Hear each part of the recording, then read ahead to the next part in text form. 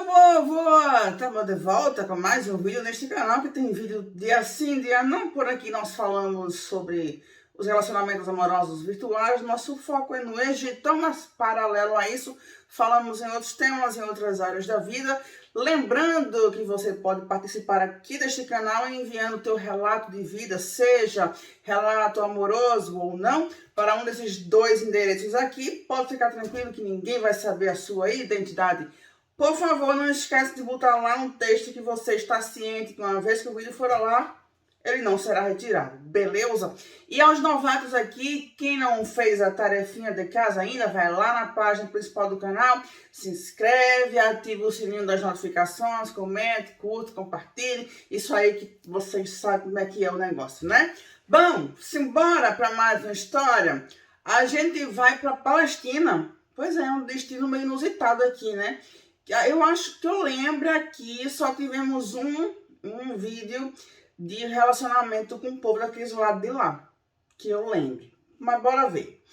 Oi, Andy, espero que se encontre muito bem. Hoje eu vim te contar a minha história, a minha última história. Nossa Maria aqui já passou aqui em outros episódios com outras histórias, tá? Dessa vez é com um palestino. Eu conheci esse palestino na Áustria, numa viagem que eu fiz com meus amigos em 2010 para fazer esqui. Conheci na pista de esqui. Ele veio falar comigo e me disse que estava maravilhado em me ver e que nunca tinha visto em visual praticar esqui. Lembrando que a nossa Maria, ela é deficiente visual, tá? Então por isso que o cara tá aqui maravilhado em ver uma pessoa que tem uma deficiência visual, mas ainda assim praticando esqui. E que, na verdade, no país dele, os invisuais ou pessoas com qualquer outra deficiência não eram muito vistos nas ruas. Perguntei de onde ele era, ele me falou que era da Palestina e me contou que morava na Áustria, mas que era intercambista. Conversamos muito naquele dia, eu explicando como era ser invisual e ele me falando do país dele e dos conflitos com Israel. Falando que os israelitas eram um povo muito ruim, que os israelitas matavam muitos palestinos só por matar, etc, etc. Bom, não vou entrar nesse método, né? Eu não vou entrar nisso, deixa pra lá. Perguntei a ele no que é que ele estudava, ele me disse que era direito. Conversamos muitas coisas, mesmo até que trocamos de MSN. Quando regressei para a Europa, que é onde Maria mora, passamos a conversar todos os dias pelo MSN. Esqueci de dizer que ele falava inglês, mas era um inglês muito básico. Mas ele se esforçava muito para que eu entendesse. E se eu não entendesse alguma coisa, ele botava no Google Tradutor. Um dia ele me pediu para ajudar a melhorar o seu inglês. Eu já era fluente, aprendi com o marido de uma determinada pessoa lá do convívio dela, que era britânico e só falava inglês. Portanto, eu aceitei ajudá-lo. Assim sendo, todos os dias depois da escola eu fazia os deveres de casa e depois ligava o meu computador para entrar no MSN para a gente conversar e praticar o inglês dele. E assim se passaram vários meses, até que eu comecei a gostar dele. Um dia estávamos conversando no MSN e decidi lhe contar que estava gostando dele, amorosamente. Depois que eu contei, ele primeiro ficou em silêncio e depois me disse: não, você não pode se apaixonar por mim. Eu prefiro mulheres brancas. Minha gente, já vou dar minha pausa aqui. O aparelho até engancha nos beiços. Não bastasse a idiotice do cara de dizer que preferia mulheres brancas, ainda tem um argumento do porquê, tá? Segundo ele aqui, ele preferia as mulheres brancas porque as mulheres brancas têm os peitos cor-de-rosa. Tá? Exatamente. Agora que me lembro disso, eu rio, mas na época que ele falou isso, eu tinha ficado muito triste, claro. Depois disso, eu passei a frequentar menos o MSN para não precisar conversar com ele. Só era ter bloqueado, né, Maria? Ele sempre me mandava um monte de mensagens perguntando por que é que eu não estava mais online. Por que será, hein? Até que um dia decidi bloquear e bloqueei. Foram vários meses até eu receber um pedido de amizade no Facebook. Quando eu fui ver, era ele. Nós, as pessoas... Aí ela dá uma observação aqui, porque ela fala aqui, quando eu fui ver. Só que ela é deficiente visual, né? Mas aqui ela fala, nós, as pessoas invisuais, também usamos o verbo ver, porque é isso mesmo. É só um verbo. A gente não vê nenhum problema em usá-lo. Sem problema, Maria, eu nem me liguei nisso. Nem tal coisa eu pensei. Bom, quando eu vi o pedido da amizade dele, eu não aceitei. Então se passaram vários dias e aí ele me mandou mensagem no Facebook para me falar que estava regressando ao país dele e que gostaria muito de me agradecer por tudo e que eu fiz com que o ano letivo dele fosse muito mais suportável e blá, blá, blá. Eu não respondi nada, deixei para lá. Em 2013, recebo outra mensagem dele e desta vez eu decidi aceitar o pedido de amizade. Assim que aceitei, ele me ligou, conversamos bastante. Eu perguntei por que ele tinha decidido voltar para o país dele. Ele me disse que tinha sido pela mãe, porque ela ligava todos os dias chorando, implorando para que ele voltasse. Eu lhe perguntei se ele não tinha saudades da Europa. Ele respondeu que tinha imensas saudades, que ele estava tentando usar uma brasileira para morar no Brasil primeiro. Aí eu vou repetir.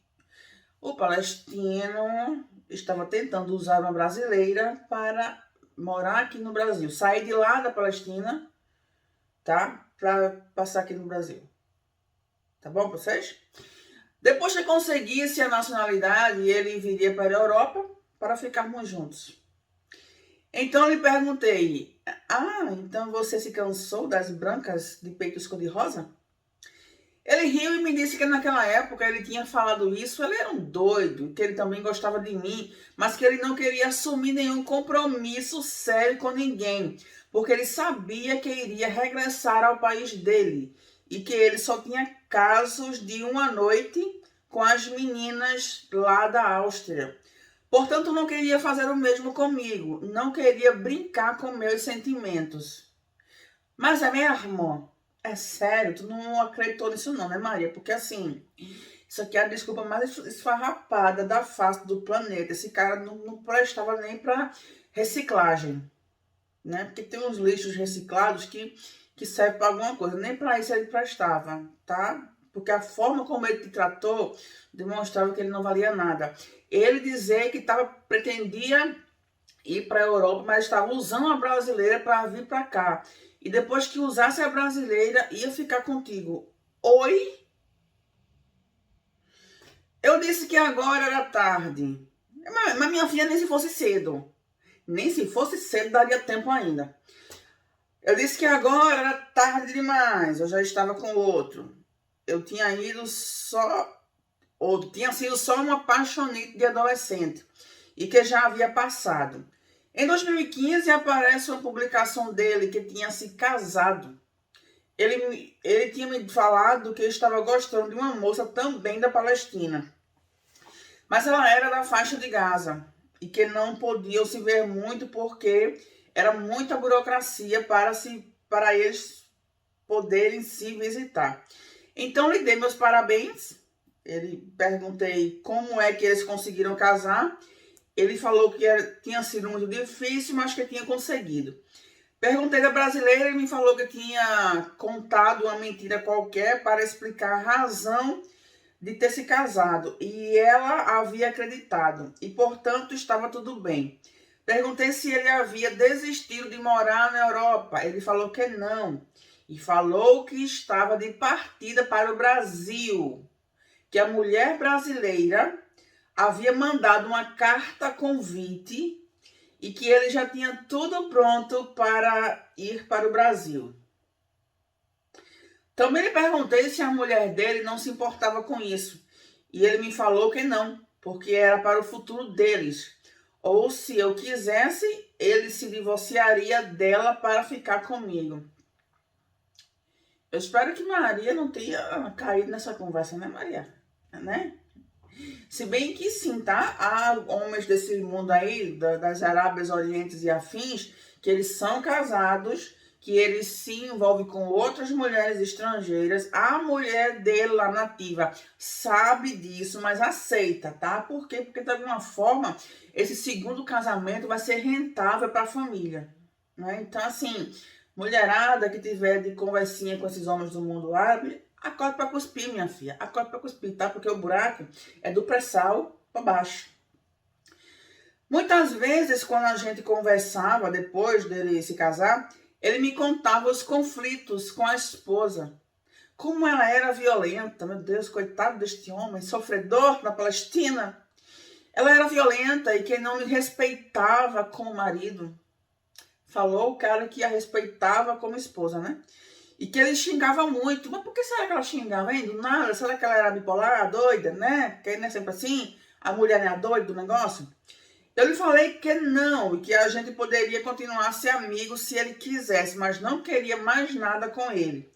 Primeiro porque eu já namorava, e segundo porque eu não achava correto o que ele estava fazendo com a mulher brasileira. Enfim, com o tempo passamos a nos falar muito menos, até que não nos falamos mais.